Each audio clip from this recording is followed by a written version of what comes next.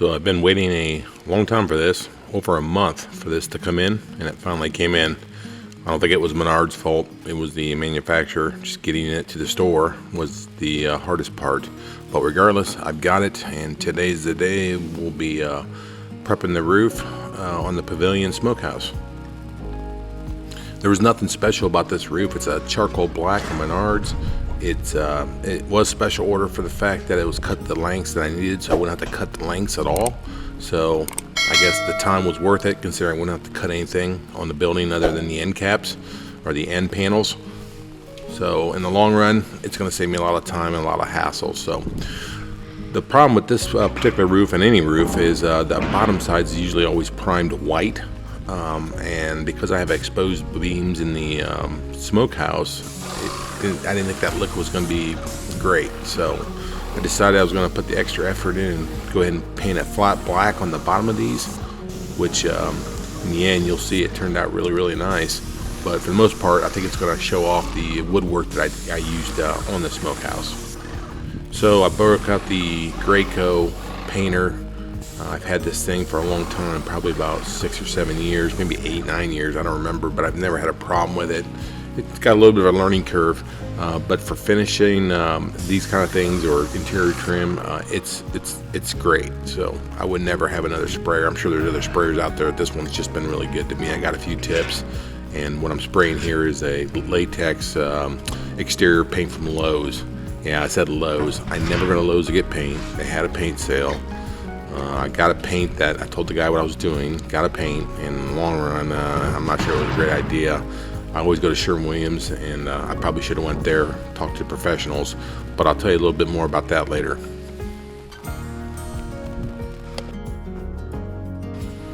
I moved these panels around quite a bit when I'm spraying them. The first couple, 3 panels, I'm trying to find the best location to actually spray these without getting anything on it, and then also a place where I can actually easily move and get the equipment to. So I end up out in the yard on a few pallets with a couple blankets eventually on the ground to cover up the grass. Seemed like the best location. Once I got set up, I was good to go. Other than I did run out of paint. I had to go out and buy another gallon of paint. It'd be 2 gallons to do this, really about 1.5 gallons. But that included all the roof, the gutters, and all the trim pieces. The one thing I do regret is putting these in on the grass after they were drying. I guess I don't regret it for the fact there was nowhere else to put these, and I was going to wait for each panel to dry. So I had to put them on the grass, which actually yellowed the grass in those areas. It'll come back, it's not dead, but it just doesn't look great. Had to recruit the wife to help me move these panels since they were wet, and I didn't want to get my fingers all over them. She came out and sat there and waited for me to call her over to move these over, and it was a done deal. Went by pretty quick. I'm not a professional painter, but it's not hard to do, especially when you spray outside. When you're inside, a lot of wrapping, making sure you don't get any interior stuff painted. But for the most part, painting with these guns are pretty easy. Here's the ridge caps I'm doing underneath of those. You'll eventually see me hit the gutters too. The gutters were actually almond color at Menards. They had no black in stock, which I would have bought the stock black, but they had none. So I was like, well, I'm painting anyways. I might as well go ahead and paint these too. So I painted them the same color as the bottom of the roof. They look really good. They painted up really good, all the pieces. I've never done the gutters before. We'll talk about that a little later when I put them on the building. Today's the day. It's Monday morning, Juneteenth. I'm off.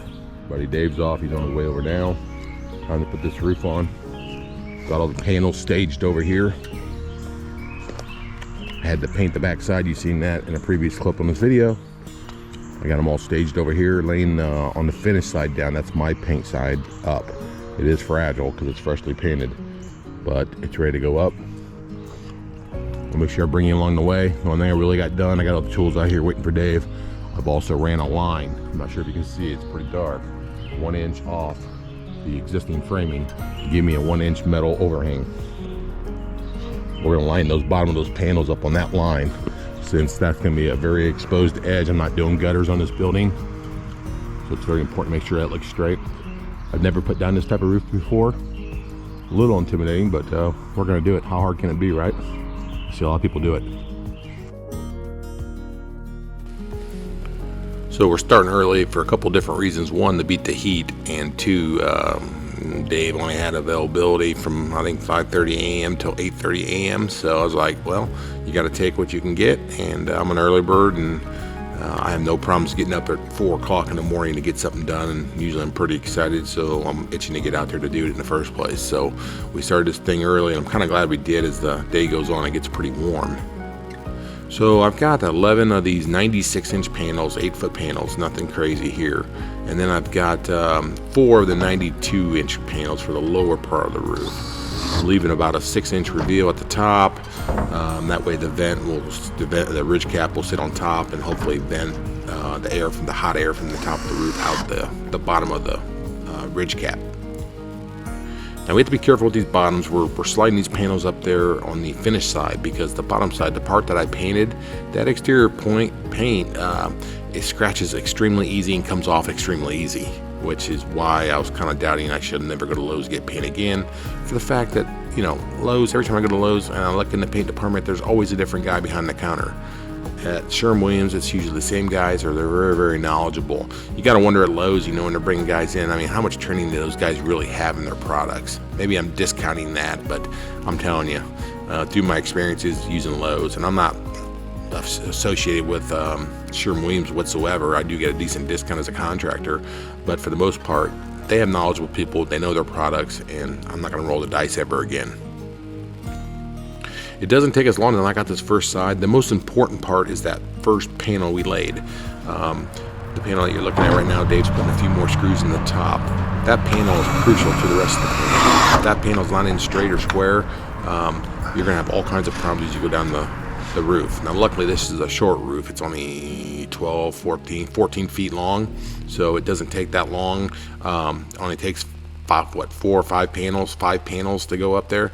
You don't want that stair stepping at the very bottom of the panels, and you can sometimes get that if you don't start that first panel off square.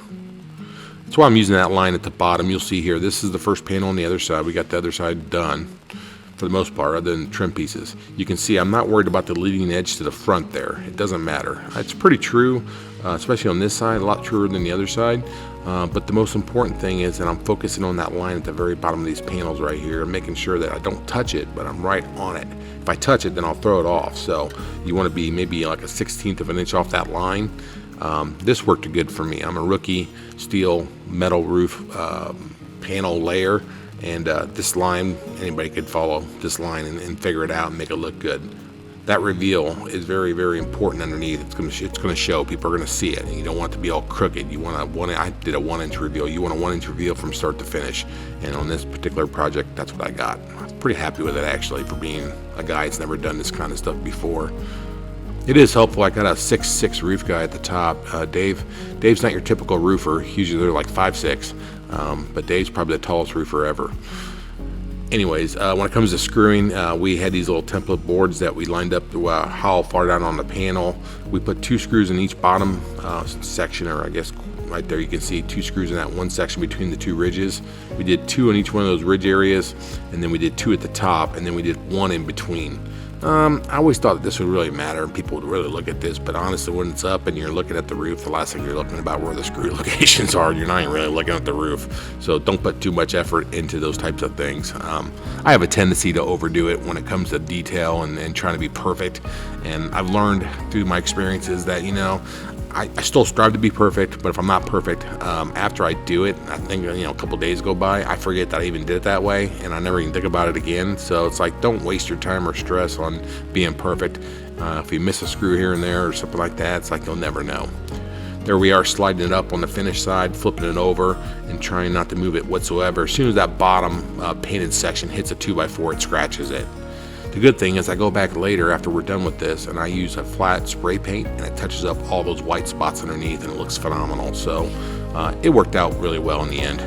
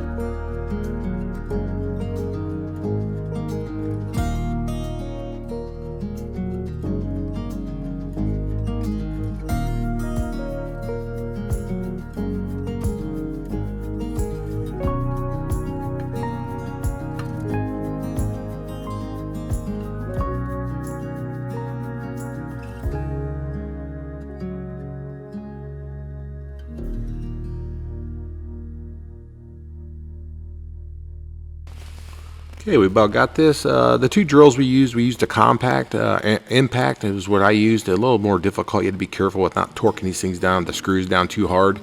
Dave used the standard drill with a clutch on clutch setting 3, and it worked really, really well. So in the future, definitely a drill with a clutch is probably the best way to go. So I'm working on these trim pieces on the ends. There's a lot of different ways you can do this, is what I've been told. I went with a look that I really thought would look good from the front and back of the building. So it's a real simple thing. Now keep in mind, this isn't a house. Now if this was a house, I'd probably do a little bit more research and probably use a different end cap, to be honest with you. But what I'm covering here is basically exterior wood that's been treated, and it's an overhang. So it's probably not waterproof. There might be some water get behind there, but I've got no sheeting, I've got no insulation, so there's no reason to panic if a drip or two gets through there. I don't think there is. So we got the upper part all done, upper part of the roof, and now it comes to the trimming, which I've never done before. I saw on a YouTube video that guy used a grinder, and I guess he got criticized for using it. I guess you can rust those ends, but once again, this is not a waterproof building, and if it did rust the ends, it would take forever for it to go through there. I've got old rusty pieces of roof in the woods, and regardless, it's not worth the headache or stress to worry about. The grinder did do a good job. It's got a metal cutting disc on it. Got this little cheap grinder from somewhere, I don't know where, Menards or something like that. Maybe my dad bought it for me, but it's a Power something, but it works good. I really want the DeWalt grinder. It's batteried, so it'd be a lot nicer not to have a cord, because my cord came off this a ton of times. But a couple $250 for a grinder that I barely use. I barely use this one, maybe for tile and such things as this, but can't really justify the cost. There's other tools I'd rather have for that type of price. But for the most part, the grinder did a good job. I also used it in conjunction with some tin snips. I bought a cheap pair of tin snips. I got like expensive ones at Menards. I bought the cheapest ones, like Menards brand. I can't remember the name of them, but they worked great. So I think they were like $7 or $8 compared to the other ones that were like $26. So if you're only doing one roof, I wouldn't spend the money on expensive set of tin snippers or tin snips.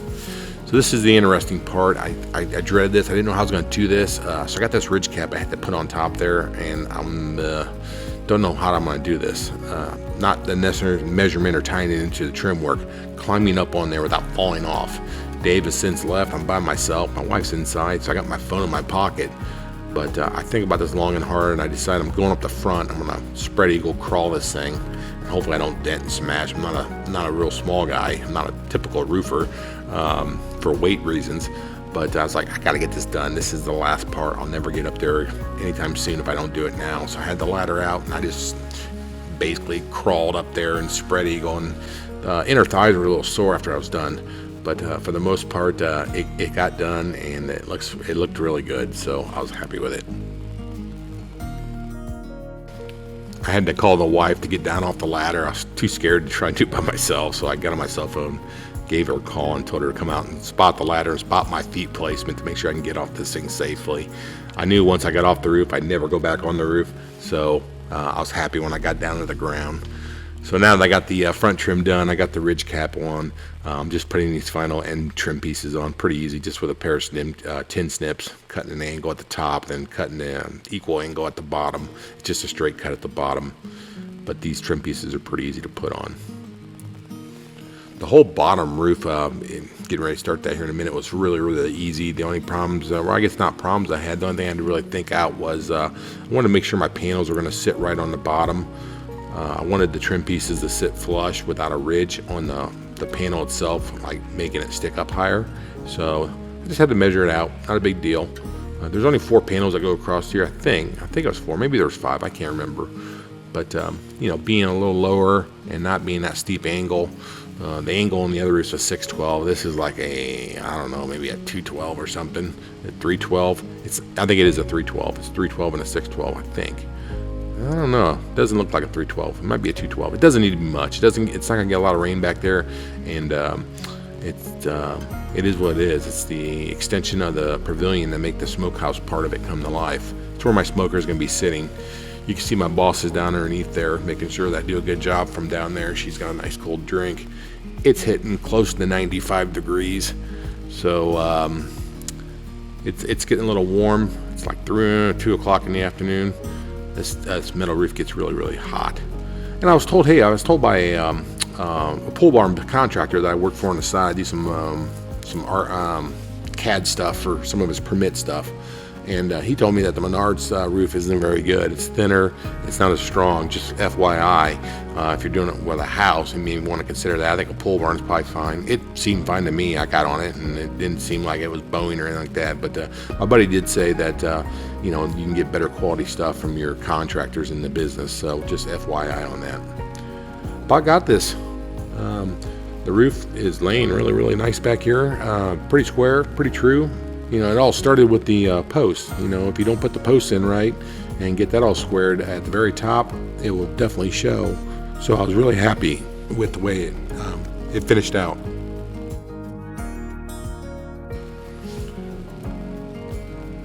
Just knocking out a couple little things here, and then I'm gonna put the gutters on. So the gutters I bought at Menards. And hey, Menards is great for this kind of stuff, and the rebates are really great. So it's nothing better than getting a $100 rebate in the mail or $50 rebate here and there. It's nice to get those, and yeah, you got to go spend them at Menards, but I'm always at Menards, and I'll always be at Menards. So okay.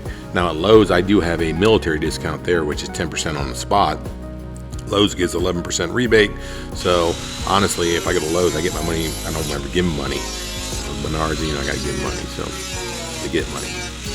So the gutter, same thing. I'm just cutting this with a grinder. Pretty soft stuff. I think it's aluminum. It's not even metal. I don't think it even sparked. Kind of weird. Really cheap, flimsy crap, to be honest with you. Not like your traditional gutters. I guess it's the same quality. It said it was commercial. And then you just plug your pieces on. I think it comes in like 12-foot lengths. And you add the pieces to it. The downspout pieces to it. The end caps to it. And then you just put it up that way. So it's actually pretty easy. Here's my drone footage. Just kidding. It's a camera on a stick. Not that high tech yet. Looks great. Really happy with it. Charcoal black at Menards. Got one more film to come. I'll put it all together. Got a couple things down there I have to do. A railing. Bring in some wood. Put in a TV, some speakers, a fan. Do all the electrical work. It'll be ready to go. Give me a week. I'll get a video up. And I think you'll really like how it turns out. That's a wrap.